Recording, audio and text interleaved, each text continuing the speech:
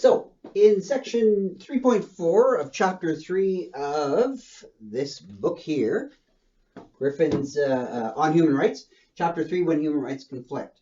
So we've seen that Griffin wants to push the case that human rights conflict with each other. So he wants to get rid of the Kantian notion of the co-possibility. He wants to stay in the Enlightenment tradition that human rights can conflict with each other. He wants to also stay in the Enlightenment tradition of a smaller list of human rights than Kant has, which Kant derived from his notion of the innate right, the sole innate right of freedom.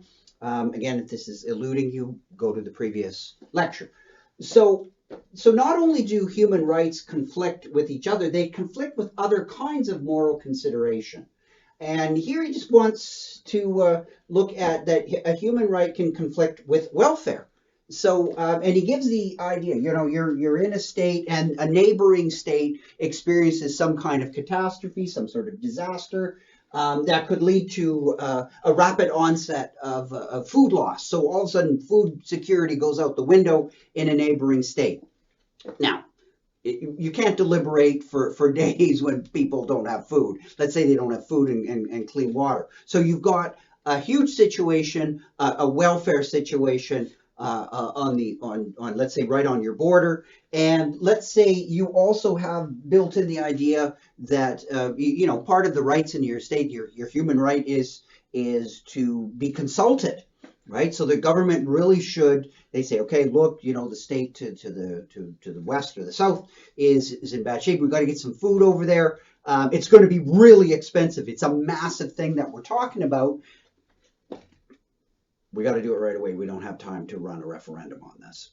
So can they do it? Can they override? So override your human right to be consulted, you know, in a temporary way. Maybe later on we could have a referendum. Was it the right thing to have done, or something like that?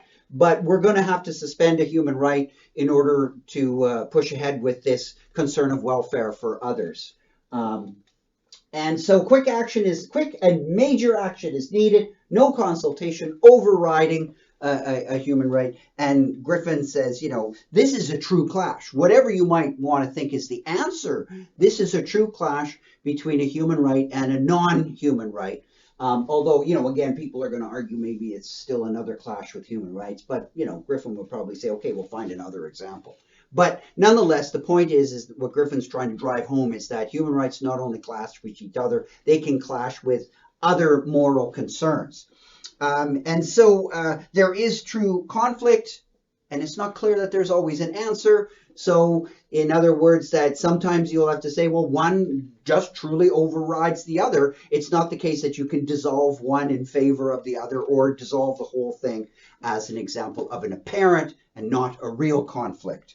And again, let's always be clear that we're talking about true conflicts, and that it is basically one superseding or overriding the other. So it's not the case that you just have this easy answer of saying, well, one really wasn't in conflict, or it's just a nice tidy answer. No, you're actually talking about maybe a moral concern overriding an actual human right. And so you are actually violating a human right for a non-human right concern, as in this case, if it goes through, the welfare of a neighboring state.